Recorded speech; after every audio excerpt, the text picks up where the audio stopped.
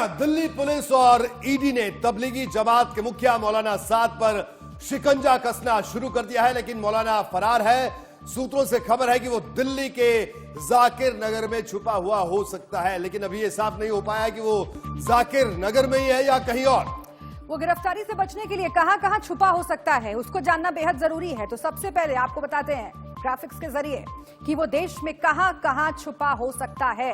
जी हाँ, मौलाना साद की हम बात कर रहे हैं कि आखिर कहां हो सकता है मौलाना। यूपी के शामली में भी मौलाना साद छिपा हो सकता है, क्योंकि यहां उसका फार्म हाउस है और खबर है कि साद हर 2 महीने में शामली जरूर आता था और परिवार के साथ 2 से 3 दिन गुजारता था। इसके अलावा सहारनपुर में मौलाना के छिपे होने की आशंका है, क्योंकि यहां उसका ससुराल है और ससुराल पक्ष के रिश्तेदार यहां रहते हैं, जिसमें से 2 रिश्तेदार कोरोना पॉजिटिव पाए गए हैं। बिल्कुल, और कहां हो सकता है साद? देखिए, दिल्ली के जाकिर नगर में मौलाना साद का घर है। साद के छिपे होने को लेकर पुलिस कई बार साद के परिवार से पूछताछ कर चुकी है, लेकिन अब तक कुछ भी ठीक से सामने नहीं आया है। दिल्ली के ओखला में साद के कई रिश्तेदार रहते हैं, इसीलिए मरकज का मौलाना यहां भी छुपा हो सकता है। जी हाँ, बिल्कुल। हरियाणा के मेवात में भी साद की तलाश चल रही है, क्योंकि जब साद फरार हुआ था तब ऐसी खबरें सामने आई थी कि वो दिल्ली के रास्ते मेवात जा पहुंचा है। जमात को देश के 23 राज्यों में कोरोना फैलाने के लिए कसूरवार माना जा रहा है। दिल्ली के 63% मामले इसी समाज के कारण है। देखिए हमारे संवाददाता रजत राकेश टंडन की ये रिपोर्ट। तो कोरोना से लड़ा था, लेकिन आप जान के हैरत में पड़ जाएंगे कि आखिर तबलीगी जमात और मरकज में रह रहे लोगों ने भारत को कितना नुकसान पहुंचाया। इस वक्त जो टोटल फिगर्स है कोरोना की, उसमें 4300 वो लोग पीड़ित हैं जो मरकज में थे और जो लोग तबलीगी जमात के देश में कोने कोने तक गए थे। तबलीगी जमात और उनसे फैला इंफेक्शन से अगर काउंट किया जाए तो 4300 लोग देश में ऐसे हैं जिनको कोरोना तबलीगी की वजह से डायरेक्ट या इनडायरेक्ट वे में मिला है। देश के ऐसे 19 राज्य हैं जहां तबलीगी समाज की वजह से कोरोना वायरस पहुंचा है, या फिर वहां कम था। जो बढ़ी हुई फिगर्स है वो तबलीगी समाज की वजह से। आसाम और कुछ ऐसे राज्य हैं जहां 90% केसेस तबलीगी समाज के द्वारा हुए। यह देश में कोरोना बम फोड़ने वाले मौलाना साद के 7 साथी कौन है, ये भी अब हम आपको ग्राफिक के जरिए बताते हैं कि ये मौलाना अकेला नहीं, इसके 7 साथी हैं जो कि इस कोरोना को फैलाने में जिस तरह से तबलीगियों के नाम सामने आ रहे हैं उसमें इनकी भूमिका बहुत महत्वपूर्ण है। जी हां, 6 साथी समेत मौलाना साद 28 मार्च से फरार है। आपको बता दें, मौलाना और उसके साथ साथ मोहम्मद अशरफ और इसके अलावा सबसे पहला साथी मुफ्ती शहजाद, डॉक्टर रशीन, ये वो तमाम नाम हैं जो कि साथ हैं मौलाना के, कहीं ना कहीं साथी हैं। और मरकज से गायब लैपटॉप, कंप्यूटर, रजिस्टर की भी तलाशी चल रही है कि आखिरकार ये लैपटॉप कहां है। जाकिर नगर, पुरानी दिल्ली, यमुना पार में भी छापेमारी हो रही है और ये जो 7 साथी हैं, यूनुस है, मोहम्मद सलमान है, इनके ठिकानों पर भी छापेमारी की तैयारी चल रही है। साद के घर के आसपास कड़ी निगरानी रखी गई है, साद के रिश्तेदारों के घर के आसपास कड़ी निगरानी रखी गई है।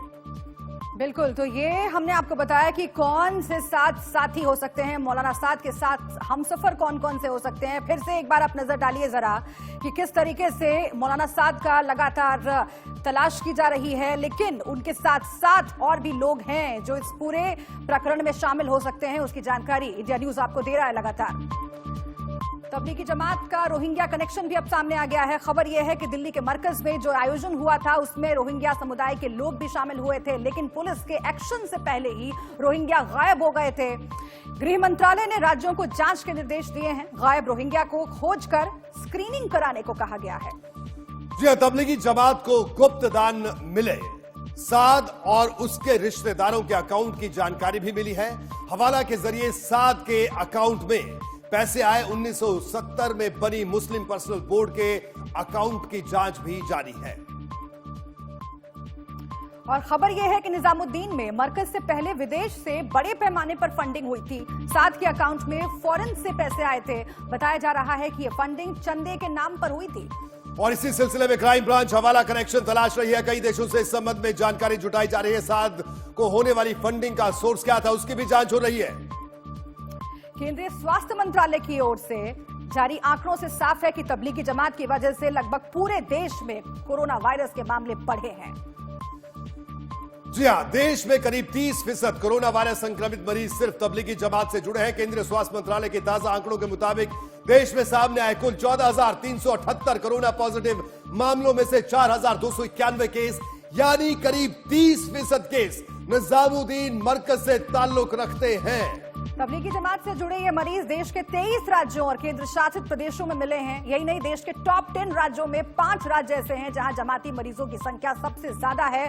हम आपको दिखा रहे हैं कि क्या है तबलीगी जमातियों का रोहिंग्या कनेक्शन। जी बिल्कुल, तबलीगी जमात के अगर रोहिंग्या कनेक्शन की बात करें तो आपके टेलीविजन स्क्रीन पर इस वक्त है। आप देख सकते हैं कि किस तरह से मरकज में रोहिंग्या शामिल हुए। पुलिस के एक्शन से पहले वो गायब हो गए। गृह मंत्रालय ने राज्यों को जांच के निर्देश दिए हैं कि अगर कोई रोहिंग्या आए हो और क्या कनेक्शन है इसकी जांच की जाए और स्क्रीनिंग करने को कहा है। गायब रोहिंग्या की खोज करे तमाम राज्य। गृह मंत्रालय ने बैठक करके कड़े निर्देश जारी किए हैं राज्यों को। कुछ और भी जानकारियां रोहित जो हम दर्शकों को बता रहे हैं इस ग्राफिक्स के जरिए। तबलीगी जमात को गुप्त दान मिले इसकी जानकारी भी मिल रही है पुलिस को और आगे इन्वेस्टिगेशन चल रही है। आप समझिए, साद और उसके रिश्तेदारों के अकाउंट की जानकारी भी तलाशी गई है, वो भी पुलिस को मिली है और उसको लेकर के भी लगातार इन्वेस्टिगेशन चल रही है और उम्मीद ये की जा रही है कि आगे और भी जानकारियां हाथ लगेंगी पुलिस। जी बिल्कुल, और अगर तबलीगी जमात का कोरोना कनेक्शन की अगर बात की जाए तो देश में करीब 30% मरीज तबलीगी जमात से जुड़े हैं जो कि कोरोना संक्रमित है। इन ग्राफिक के जरिए आप अंदाजा लगा सकते हैं कि कितना बड़ा संकट ये मरकज निकलकर सामने आया। बिल्कुल, और देखिए 14,378 पॉजिटिव केस है जिनमें से 4,291 निजामुद्दीन मरकज से जुड़े हुए थे। कितनी बड़ी संख्या है। 23 राज्यों और केंद्र शासित प्रदेशों में तबलीगी जमात के मरीज सामने आए हैं और उन्होंने बाकियों को भी संक्रमित किया है। जी हाँ, टॉप 10 राज्यों में शुमार 5 राज्यों में सबसे ज्यादा मरीज जमाती हैं। ये तबलीगी जमात का कनेक्शन है जो सीधे कोरोना से जुड़ता है और देखिए कैसे मरीजों की तादाद कई गुना बढ़ा दी तबलीगी जमातियों ने। तमिलनाडु में 84% जो मरीज हैं कोरोना के वो जमाती हैं। वही अगर दिल्ली की बात करें तो 63% जमाती मरीज हैं, यानी दिल्ली में भी जमातियों का आंकड़ा बहुत बड़ा है। तेलंगाना में 79% ये आंकड़ा है। शुभ्रा, बिल्कुल, तेलंगाना के बाद उत्तर प्रदेश का हाल भी जान लीजिए। यहाँ पर 79% आपने देखा कैसे मस्जिदों में और यहाँ वहां से तबलीगियों को निकाला गया और वो और लोगों से मिलते रहे। आंध्र प्रदेश में 61% जो मरीज हैं कोरोना के वो जमात से जुड़े हुए हैं। कितना बड़ा खतरा है आप समझिए।